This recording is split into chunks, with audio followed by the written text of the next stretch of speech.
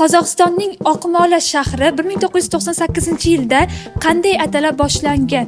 Ostona. To'g'ri.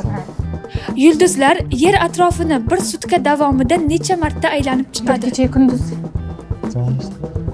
Futbol o'yinida har bir taym necha daqiqa davom etadi? 45. To'g'ri. 2022-yilda FIFA Jahon chempionatida g'olib bo'lgan jamoa qaysi? Argentina. Argentina, to'g'ri. Qaysi urushda Neomandiyani qo'shib olish amaliyoti amalga oshirilgan? Ikkinchi jahon urushi. To'g'ri. Dunyodagi eng yirik orol qaysi? Grenlandiya. Grenlandiya, to'g'ri. Stop yapsiz, menga og'rib ketyapti. Eng ko'p gol urgan futbolchi kim? Cristiano Ronaldo. Ronaldo bilan birinchi aytdi. Topavermang.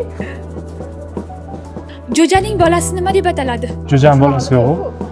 Jo'janing bolasi yo'q, to'g'ri. Mantiqli savol ekanda.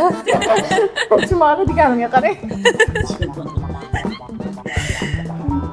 Birinchi jahon urushi boshlanishiga sabab bo'lgan yirik jang va tarixiy joyning nomi nima edi?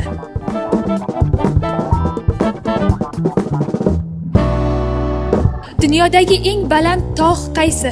Everest. To'g'ri. Bilimsizman, bilaman. Yerning eng ichki qatlami nima deb ataladi? Yadro.